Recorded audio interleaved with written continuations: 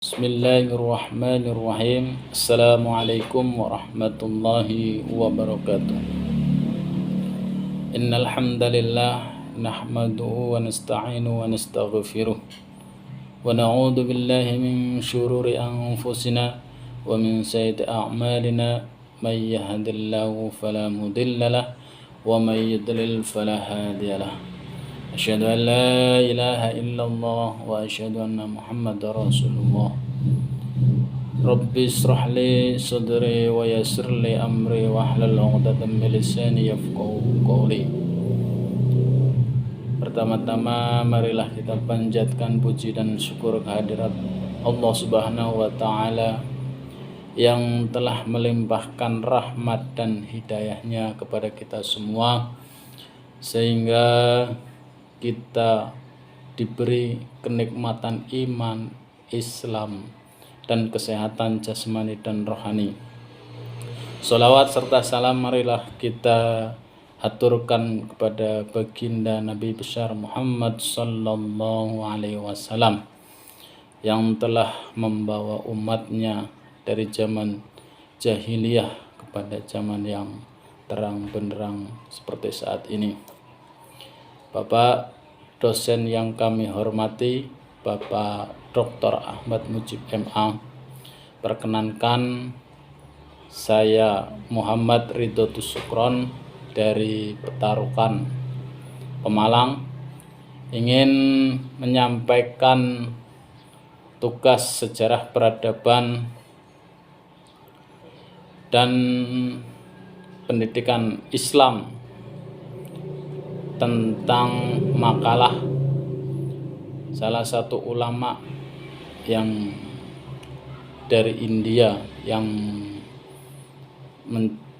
menciptakan banyak buku yang bermanfaat bagi kemajuan peradaban Muslim di seluruh dunia, yakni beliau Syed Abdul Hasan Ali Hasani An-Nadwi tentang keruntuhan peradaban dan pandangan hidup dan pendidikan Islam. Di sini kami sebagai penulis ingin mengeksplorasi pandangan Syed Hasan Ali Hasani An-Nadwi ini tentang kemunduran peradaban beserta gagasannya terhadap pandangan dunia Islam atau Islamic Worldview, dimulai dengan menggambarkan biografi beliau secara singkat, kehidupan beliau. Kedua, saya juga akan mengeksplorasi tentang pandangan dan pemikiran beliau menyoal esensi di luar peradaban dan kegemilangannya dan kemundurannya. Dilanjut dengan menjelaskan sudut pandang Syed Hasan tentang worldview Islam, apa yang menjadi substansinya, serta sejauh mana worldview dapat membawa peradaban pada kemuliaan dan kemunduran. Artikel ini menghasilkan sebuah kesimpulan bahwa semakin kuat worldview yang dimiliki umat Islam akan berdampak kepada semakin kuatnya peradaban Islam dapat terbentuk. Semuanya bergantung kepada bagaimana umat Islam dapat menghadapi krisis ilmu, pengetahuan, dan hilangnya adab. Dengan pengetahuan yang benar, pilihan yang benar, serta tindakan yang benar. Di sini akan kami mulai dengan biografi beliau, yakni Abdul Hasan Ali Hasani An-Nadwi. Beliau dilahirkan di Raebareli, India pada 24 November 1914 dan beliau wafat pada usia yang ke-85. Syed Abdul Hasan Ali An-Nadwi ini adalah salah satu ulama besar dari India. Beliau adalah seorang ulama yang menguasai berbagai disiplin ilmu, dari ilmu kalam, tafsir, Quran, pakar hadis, pakar fikih, dan seseorang yang mendalami sejarah sastra Arab, Inggris, sekaligus Persia. Beliau adalah seorang mu'alim atau pengajar. Namun di saat yang bersamaan, beliau juga seorang reformis sosial dan memperhati dunia pendidikan yang menguasai hampir seluruh spektrum dalam studi Islam. Beliau diberikan tempat tertinggi di kalangan para kaum muslimin dan juga kaum non-muslim. Tak heran bila beliau disebut salah satu ulama terbaik yang dimiliki India pada abad ke-20.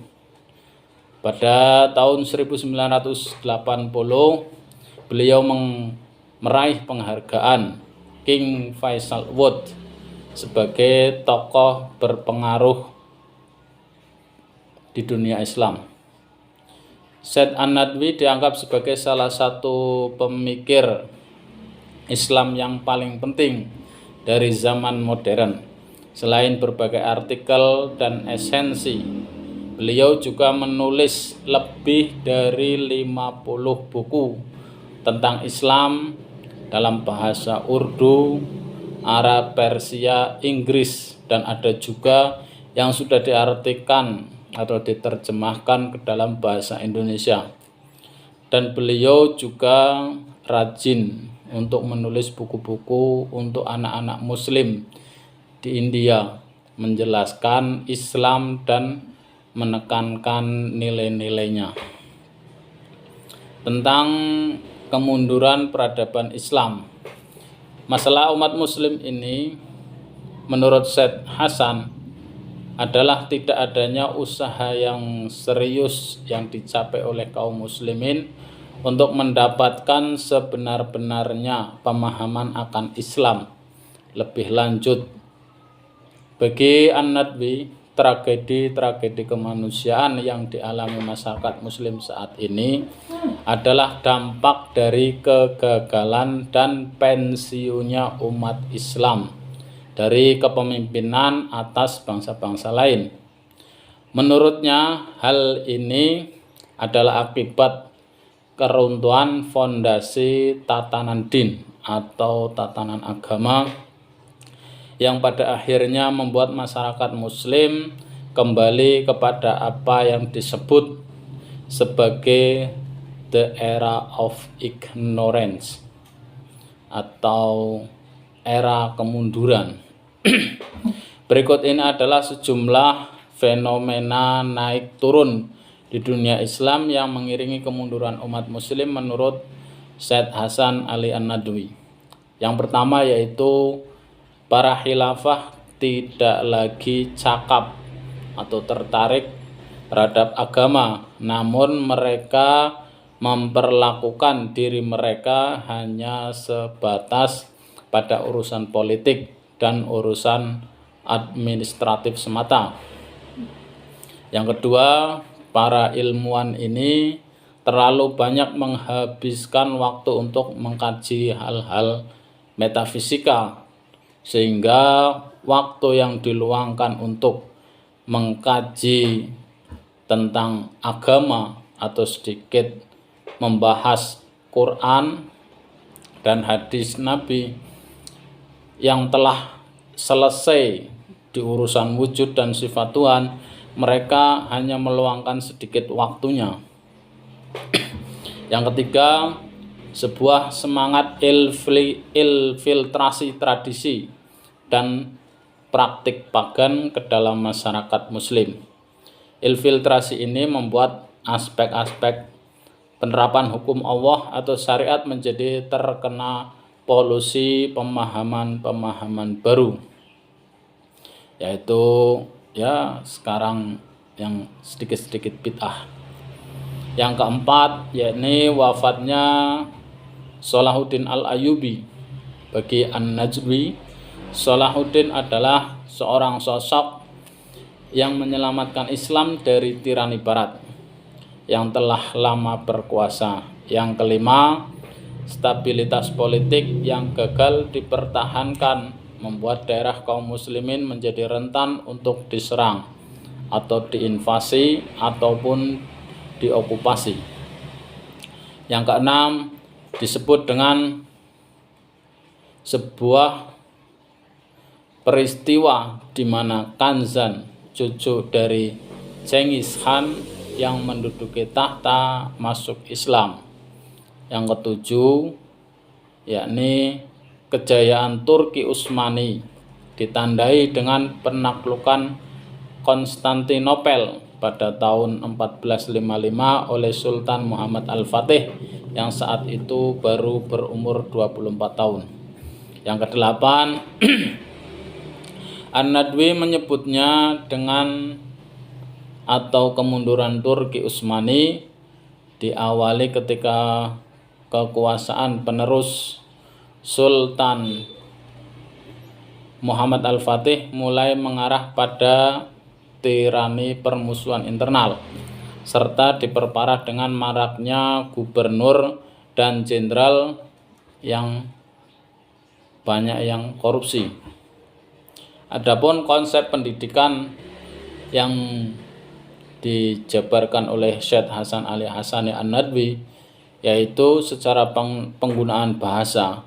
Syekh Hasan itu menggunakan istilah taklim atau tarbiyah dalam bahasa tarbiyatu wa taklim sebagai kata yang dimaknai dan digunakan untuk proses pendidikan. Istilah ini digunakan untuk merujuk pada kata pendidikan atau education dan pengasuhan. Syekh Hasan juga membahas dan mengulas metodologi pendidikan dalam 9 bab yang bercerita tentang pentingnya pendidikan dan ketidakpedulian terhadap tarbiyat, ciri khas sistem pendidikan ala Nabi, pentingnya kitab atau buku-buku dan madrasah sebagai sumber referensi dan institusi dalam pendidikan, keutamaan ibadah sebagai amal publik atau jamaah ketimbang amal individu. Yang selanjutnya, pembiasaan pada amal sehari-hari, tujuan dan tugas dalam perjalanan mencari ilmu, keutamaan iman dan akuntabilitas seorang muslim, dan reformasi islah dan revolusi atau staurah dalam skala besar, dan yang terakhir yakni rihlah ilmiah. Mungkin hanya itu yang bisa saya sampaikan dan sedikit ulasan untuk penutup dari makalah kami, yakni sosok Syekh Hasan Ali Hasani An-Nadwi, dan mengulas gagasan-gagasan beliau tentang esensi runtuh dan bangkitnya peradaban dalam Islam dari sudut pandang sejarah tentang Islam sebagai pandangan hidup dan pendidikan dan pengasuhan tarbiyatu wa ta'lim sebagai solusi. Meski segi istilah Syekh Hasan Ali An-Nadwi tidak secara eksplisit menyebutkan bahwa adab, krisis ilmu dan takdib sebagai pendekatan dan solusi atas masalah, namun berdasarkan pada apa yang dapat saya pahami dari sebuah pemikiran Syekh Ali An-Nadwi, nilai-nilai pentingnya adab, akhlak dan pendidikan, pengasuhan untuk mencapai adab dan akhlak yang ideal tersebut tertanam dan terpancar jelas dari tulisan-tulisan beliau. Bahkan fenomena the crisis of knowledge saat ini sebagai masalah utama kaum muslimin yang sejatinya menyebabkan kemunduran umat muslim secara eksplisit dan implisit juga. Diterangkan oleh Syekh Hasan Ali An-Nadwi dalam magnum opusnya Islam and the World, termasuk perihal yang pengurus utama lewat reorganisasi atau institusi pendidikan juga telah diulas dan ditekankan oleh Syekh Ali An-Nadwi dalam Islam and the World sebagai modal utama bagi umat muslim meraih kebangkitannya kembali.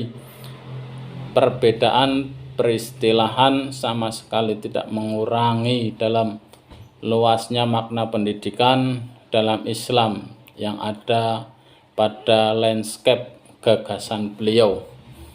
Mungkin hanya ini yang bisa kami sampaikan. Barangkali ada kata-kata yang kurang berkenan dan penjelasan yang kurang jelas dari saya, mohon maaf yang sebesar-besarnya. Wabillahi taufiq wal hidayah. Wassalamualaikum warahmatullahi wabarakatuh.